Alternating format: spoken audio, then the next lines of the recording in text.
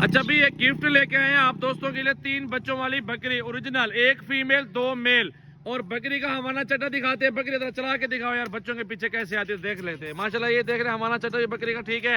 और बच्चे 3 हैं, इंशाल्लाह 3 महीने 2 महीने बाद बच्चों के पैसे हैं। बिल्कुल सस्ती बकरी देनी है, ये देसी बकरी में शुमार होता है, 2-2 लीटर तक दूध देती है और 3 बच्चे तो आराम से पाल रही है।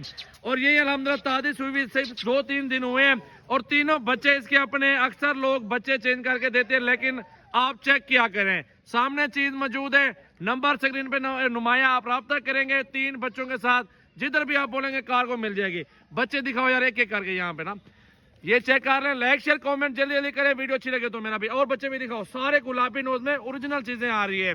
अगर वीडियो कॉल पे देखनी हो तो वीडियो कॉल पे सजावट गोल्ड फार्म पे दिखा सकते हैं। ये स्टेटस लगा रहे हैं दोस्तों के लिए, ये फीमेल है और ये मेल है। और ये सामने सजावट गोल्ड फार्म देख सकते हैं मेरा भाई, ओरिजिनल चीज है। अभी जल्दी